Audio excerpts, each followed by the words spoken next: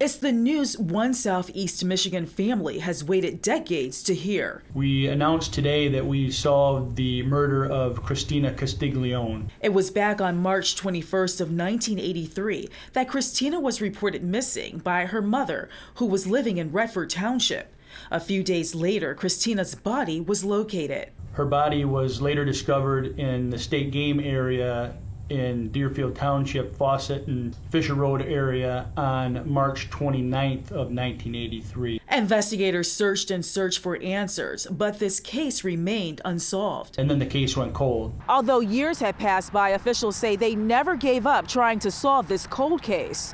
The Livingston County Cold Case team made up of law enforcement officials was formed, and they were able to secure a grant to help solve this case. Season of Justice is a funding body that will offer grant money to law enforcement agencies that have run down every possible lead, investigative lead, until there is nowhere to go except DNA. We then sent the DNA that we had from the scene back in 1983 to Othram and Company, or Othram Labs in Texas. The results from the lab provided the break in the case. Determined beyond a reasonable doubt that in fact the DNA that was collected at the scene was in fact that of the suspect. The suspect in this case is Charles David Shaw. But unfortunately, his day in court will never come. The unfortunate part of this is the suspect himself was is deceased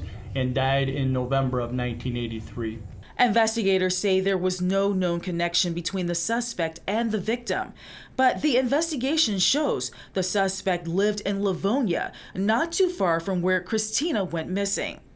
The suspect also allegedly struggled with addictions, according to his family. Had it not been for the DNA, this case would have went unsolved. Now police are looking to see if the suspect is connected to other cases, including the cold case of a then 16-year-old Kim Louiselle, who was raped, beat to death, and her body was dumped in a park and ride in 1982. Hopefully we'll get that one break in those cases that will add closure to those cases as well. In Southfield, Ingrid Kelly, Fox 2 News.